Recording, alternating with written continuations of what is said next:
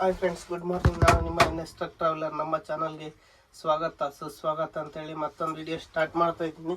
Video ಏನಂದರೆ full special ಇರುತ್ತೆ. ಏನು ಸ್ಪೆಷಲ್ ಅಂದರೆ, ಎಲ್ಲರೂ ಇಷ್ಟು ದಿವಸ ಕೇಳ್ತಿದ್ರಲ್ಲ, ಬಾಡಿಗೆದು ರಿವ್ಯೂ ಮಾಡಿರಿ ಎಷ್ಟು ಉಳಿತೈತೆ ಏನಂತೇಳಿ. ಈ ಟ್ರಿಪ್ಪು ಗಾಡಿ ದುರ್ಗದಿಂದ ಬಳ್ಳಾರಿಗೆ ಅಲ್ಲ, ಇದು ಆದೋನಿಗೆ ಎಂಟಿ ಹೋಗಿ ಆದೋನಿಂದ ಅಹಮದಾಬಾದ್ಗೆ ಹೋಗಿ ಅಹಮದಾಬಾದಿಂದ ಹಾಸನಿಗೆ ಬಂದೈತೆ. ಈ ಟ್ರಿಪ್ಪಿನ ಖರ್ಚು ಎಷ್ಟು, ಡೀಸೆಲ್ ಎಷ್ಟು, ಡ್ರೈವರ್ ಬೆಟ, ಟೋಲು ಮತ್ತು ಓನರ್ಗೆ ಎಷ್ಟು ದುಡ್ಡು ಉಳ್ದತ್ತೆ, ಎಷ್ಟು ದಿನಕ್ಕೆ ಟ್ರಿಪ್ ಆಯ್ತು ಅಂತೇಳಿ ಎಲ್ಲ ಹೇಳ್ತೀನಿ. ವಿಡಿಯೋ ಕೊನೆವರೆಗೂ ನೋಡಿ, ಸ್ಕಿಪ್ ಮಾಡ್ದಂಗೆ ನೋಡಿ. ಎಲ್ಲ ಒಂದು ಚೀಟಿಲಿ ಬರೆದಿಟ್ಕೊಂಡಿದ್ದೀನಿ ಎಷ್ಟಾಗೈತೆ ಅಂತೇಳಿ. ಮೊದಲೇ ಒಂದೊಂದಾಗಿ ಹೇಳ್ತೀನಿ ನೋಡಿ. ದುರ್ಗದಿಂದ ಆದೋನಿಗೆ ಎಂಟಿ ಹೋಗಿತ್ತು 200 ಕಿಲೋಮೀಟ್ರು. ಅಲ್ಲಿಂದ ಅಹಮದಾಬಾದಿಗೆ ಬಾಡಿಗೆ ಎಷ್ಟಂದರೆ 2800 ರೂಪಾಯಿ ಒಂದು ಟನ್ನಿಗೆ ಬಾಡಿಗೆ. ಟೋಟಲ್ ಬಾಡಿಗೆ 98,000 ರೂಪಾಯಿ ಆಗುತ್ತೆ 35 ಟನ್ನಿಗೆ.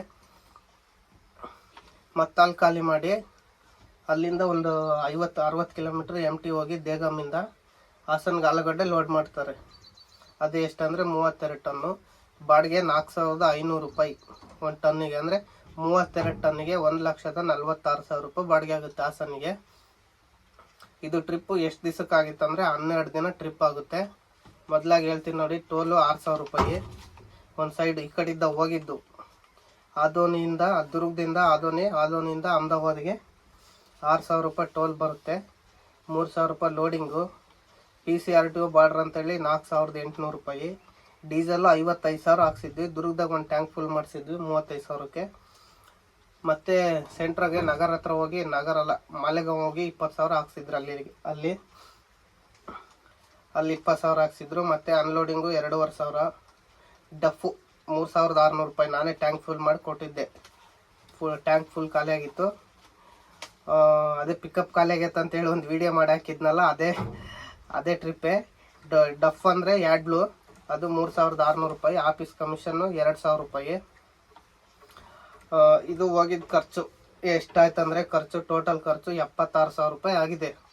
ಒಂದು 500 ಜಾಸ್ತಿ ಆಗ್ಬೋದು, 500 ರೂಪಾಯಿ ಕಮ್ಮಿ ಆಗ್ಬೋದು. ಹೋಗೋದು 98,000 ರೂಪಾಯಿದಾಗ 76,000 ರೂಪಾಯಿ ಖರ್ಚಾಗಿತ್ತು. ಇನ್ನು ಇದ್ರಾಗೆ ಡ್ರೈವರ್ ಬ್ಯಾಟ ತೆಗ್ದಿಲ್ಲ. ಬರೀ ಖರ್ಚು ಅಂದರೆ 76,000. ಡೀಸೆಲ್ 55,000 ಹಾಕ್ಸಿದ್ವಿ. ಮತ್ತು ಆ ಕಡೆಯಿಂದ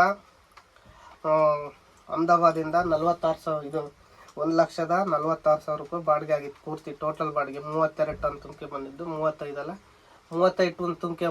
ಟನ್ ತುಂಬಿಕೆ ಬಂದಿದ್ರೆ ಇನ್ನೂ ಒಂದು 12-13,000 ಜಾಸ್ತಿ ಆಗೋದು. 1,46,000 ಬಾಡಿಗೆ. ಅದರ ಖರ್ಚು ಎಷ್ಟು ಬಂದೈತೆ ಅಂದರೆ 74,500 ರೂಪಾಯಿ ಖರ್ಚು. ನೀವು ತಿಳ್ಕೊಬೋದು, ಹೋಗ್ಬೇಕಾದ್ರೆ ಜಾಸ್ತಿ ಖರ್ಚಾಗೈತೆ, ಬರ್ಬೇಕಾದ್ರೆ ಯಾಕೆ ಅಷ್ಟು ಖರ್ಚಾಗೈತೆ. ಹಾಸನಿಗೆ ಹೋಗಿ ದುರ್ಗಕ್ಕೆ ಎಂಟಿ ಬಂದರು ಅಂತಂದು. ದುರ್ಗಕ್ಕೆ ಎಂಟಿ ಬಂದಿರೋದಕ್ಕೆ ಡೀಸೆಲ್ ಹಾಕ್ಸಿರೋದು ಬರ್ದಿಲ್ಲ ನಾನದು.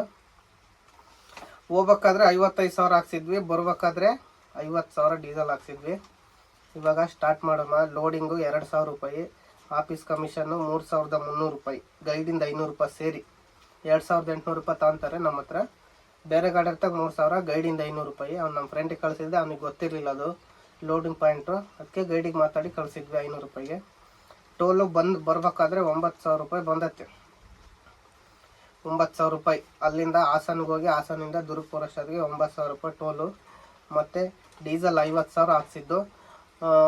ಅದು ಹೋಗ್ಬೇಕಾದ್ರೆ 55,000 ಹಾಕ್ಸಿದ್ವಲ್ಲ ಡೀಸೆಲು. ಅದೇ ಡೀಸೆಲ್ನಾಗ ಅಹಮದಾಬಾದ್ ಖಾಲಿಯಾಗಿ ಅಲ್ಲಿಂದ 50 ಕಿಲೋಮೀಟ್ರ್ ಹೋಗಿ ಲೋಡ್ ಮಾಡ್ಕೊಂಡು ನಡಿಯೋದಿಗೆ ಬಂದಿತ್ತು. ನಡಿಯೋದಂದರೆ ಅಹಮದಾಬಾದಿಂದ 70 ಕಿಲೋಮೀಟ್ರ್ ಮುಂದಕ್ಕೆ ಬಂದಿತ್ತು. ಮತ್ತು ಅಲ್ಲಿ ಟ್ಯಾಂಕ್ ಫುಲ್ ಮಾಡಿಸಿದ್ರು. 34,780 ರೂಪಾಯಿ. 35,000 ರೌಂಡ್ ಫಿಗರ್ ಇಟ್ಕೊಳ್ಳಿ.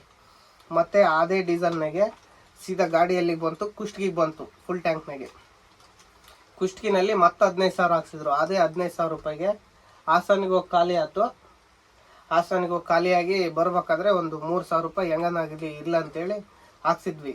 ಅವನು ಹೊಸ ಹುಡುಗಲ್ಲ, ಇದ್ದು ಟಾಟಾ ಗಾಡಿ ಸರಿಯಾಗಿ ಗೊತ್ತಿರಲಿಲ್ಲ. ಅವ್ನು ಬರೋ ಲೈಲಲ್ಲಿ ಓಡಿಸ್ತಿದ್ದು.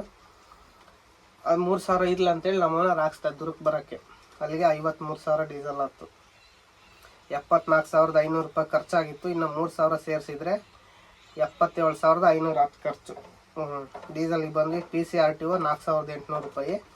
ಮತ್ತು ನಮ್ಮದು HSRP ನಂಬರ್ ಪ್ಲೇಟ್ ಇಲ್ಲ ಅಂತೇಳಿ ಅಲ್ಲೆಲ್ಲ 1,000 ರೂಪಾಯಿ ಇಸ್ಕೊಂಡ್ರಂತೆ, ಅದು ಬರ್ದಿಲ್ಲ. ಅದೊಂದು 1,000. ಅಲ್ಲಿಗೆ 78,500 ಆಯ್ತು ಖರ್ಚು. ಅನ್ಲೋಡಿಂಗು 3,200 ರೂಪಾಯಿ. ಟನ್ನಿಗೆ 100 ರೂಪಾಯಿ ಮುರ್ಕೊಂಡ್ರು. ಡೆಪ್ಪು 2,000 ಹಾಕ್ಸಿದ್ದ ಬರ್ಬೇಕಾದ್ರೆ. ಟೋಟಲ್ ಬಾಡಿಗೆ 1,46,000 ರೂಪಾಯಿ ಇತ್ತು. ಖರ್ಚು ಬಂದು ಎಷ್ಟು ಬಂತಂದರೆ 1,78,500 ರೂಪಾಯಿ. ಟೋಟಲ್ ಖರ್ಚು ಹೋಗಿ ಬಂದಿದ್ದು ಎಷ್ಟಾತಂದರೆ 1,53,500 ರೂಪಾಯಿ ಖರ್ಚಾಗೈತೆ. 54,500 ರೂಪಾಯಿ, ಲೆಕ್ಕ ಕನ್ಫ್ಯೂಸ್ ಮಾಡ್ಕೊಬೇಡಿ. 1,54,500 ರೂಪಾಯಿ ಖರ್ಚು ಹೋಗಿ ಬಂದಿದ್ದು. ಟೋಟಲ್ ಬಾಡಿಗೆ ಅಪ್ ಆ್ಯಂಡ್ ಡೌನ್ ಬಾಡಿಗೆ ಎಷ್ಟು ಅಂದರೆ 98 1,44,000 2,44,000 ಬಾಡಿಗೆ ಅಪ್ ಆ್ಯಂಡ್ ಡೌನು. 2,44,000 ರೂಪಾಯಿದಾಗೆ 1,54,000 ಖರ್ಚು, 1,54,000 ಖರ್ಚು ಇಟ್ಕೊಳ್ರಿ. 500 ಹೆಚ್ಚು ಕಮ್ಮಿ ಆಗುತ್ತದೆ. 1,54,000 ರೂಪಾಯಿ ಖರ್ಚು ಅಪ್ ಆ್ಯಂಡ್ ಡೌನು. ಬಾಡಿಗೆ ಬಂದು 2,44,000 ರೂಪಾಯಿ. 2,44,000 ರೂಪಾಯಿ ಆತಾ. 2,44,000 ರೂಪಾಯಿದಾಗೆ 1,54,000 ರೂಪಾಯಿ ತೆಗೆದ್ರೆ ಇನ್ನು ಉಳಿದಿದ್ದು ಎಷ್ಟು ಹೇಳಿ? 1 ಲಕ್ಷ ಅಂತೀನಿ, 90,000 ರೂಪಾಯಿ ಉಳಿದೈತೆ ಬಂದಿರೋದು. 90,000 ರೂಪಾಯಿದಾಗೆ ಡ್ರೈವರ್ಗೆ ಎಷ್ಟು ಕೊಡ್ಬೇಕು ಹೇಳಿ? ಡ್ರೈವರ್ ಬೇಟ 30,000, 12 ರೂಪಾಯಿ ಕಮಿಷನ್ ಕೊಡೋದು. ಡ್ರೈವರ್ಗೆ 30,000 ಹೋದರೆ ಓನರ್ಗೆ ಉಳಿದಿದ್ದು 60,000. ಈ ಟ್ರಿಪ್ ಆಗಿದ್ದು 12 ದಿವ್ಸಕ್ಕೆ ಟ್ರಿಪ್ ಆಯ್ತು. 10 ದಿವ್ಸಕ್ಕೆ ಟ್ರಿಪ್ ಆಗೋದು, 12 ದಿವ್ಸಕ್ಕೆ ಯಾಕೆ ಟ್ರಿಪ್ ಆಯ್ತಂದರೆ ಅಲ್ಲಿ ಫುಲ್ ಮಳೆ ಇದ್ದಿದ್ದರಿಂದ ಒಂದು ಸ್ವಲ್ಪ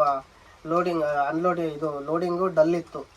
ನಮಗೆ ಮಂಗಳೂರಿಗೆ ಲೋಡಿಂಗ್ ಬಂದಿತ್ತು. ಮಂಗಳೂರಿಗೆ ಒಳ್ಳೆ ಬಾಡಿಗೆ ಇತ್ತು. ಅಲ್ಲಿ ಇನ್ನೇನು ಲೋಡ್ ಮಾಡಬೇಕು ಅನ್ನೋ ಟೈಮ್ಗೆ ಸೀರೂರು ಹತ್ರ ಗುಡ್ಡ ಕೂಸಿತ್ತು, ಕಾರವಾರದ ಹತ್ರ. ಅವಾಗ ಇನ್ನೇನು ಲೋಡ್ ಕ್ಯಾನ್ಸಲ್ ಮಾಡಿ ಮತ್ತೆ 2 ದಿವಸ ಆಲ್ಟಾಗಿ ಇದು ಲೋಡ್ ಮಾಡಿದ್ದು. ಇದು ಆದೋನಿಂದ DOC ತುಂಬಿದ್ರು. ಆ DOC ಏನು ಹೋಗಿದ್ದ ದಿವಸನೇ ಖಾಲಿ ಆಯ್ತು. ಬೆಳಿಗ್ಗೆ ಹೋದ್ರು, ತಿರುಗಿನ ಬೆಳಿಗ್ಗೆ ಹೋಗಿ ರಾತ್ರಿ 10-11 ಗಂಟೆಗೆ ಖಾಲಿ ಆಯ್ತು.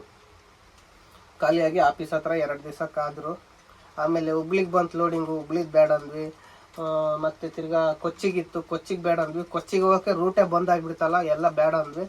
ಲಾಸ್ಟಿಗೆ ಹಾಸನಿಗೆ ಒಂದೇ ಇದ್ದಿದ್ದು. ನಮಗೆ KR ಪೇಟೆಗಿತ್ತು ಚಿಪ್ಸ್ ಫ್ಯಾಕ್ಟ್ರಿಗೆ ಆಲೂಗಡ್ಡೆ. ಅದು ಐತೈತೆ ಅಂತೇಳಿ ಅದು ಕ್ಯಾನ್ಸಲ್ ಆಗಿಬಿಡ್ತು ಲೋಡಿಂಗು.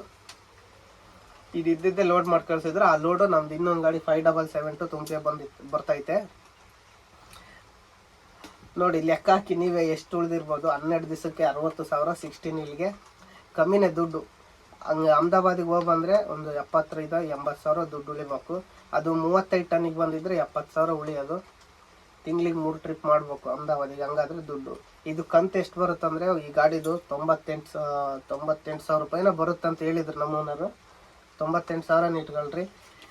ನೋಡಿ, ನಾವು ಕೊಟ್ಟಿರೋದೆಲ್ಲ ಬರ್ದಿದ್ದಾನೆ ಅವನು. ಇದೆಲ್ಲ ಓನರ್ ಲೆಕ್ಕ ಮಾಡಿದ್ದು. ನಾನು ಬಂದಿದ್ದೆ. ನನ್ನ ಅಕ್ಷರ ಸರಿಯಾಗಿ ಬೀಳಲ್ಲ ನೋಡಿ. ಇದು ಯಾವ್ದು ಇದು 93,500 ರೂಪಾಯಿ ಉಳಿತಾಯ. ಬಂದಿರೋ ಡೀಸೆಲ್ಲು 3,000 ಹಾಕ್ಸಿ, 3,000 ಬರ್ದಿದ್ದಿಲ್ಲ. ಆ 3,000 ತೆಗೆದ್ರೆ 90,500 ರೂಪಾಯಿ. 500 ರೂಪಾಯಿ ತೆಗೆದ್ರೆ 90,000. ಅದರ 30,000 ಡ್ರೈವರ್ ಬ್ಯಾಟ ತೆಗೆದ್ರೆ ನೋಡಿ. ಟೋಲು, ಲೋಡಿಂಗು, ಡೀಸೆಲ್ಲು, ಇದು ಬಾರ್ಡ್ರ್ ಖರ್ಚು, ಡೀಸೆಲ್ಲು, ಮತ್ತು ಇದು 2,500 ರೂಪಾಯಿ ಅಂಗೂರು ಅನ್ಲೋಡಿಂಗು.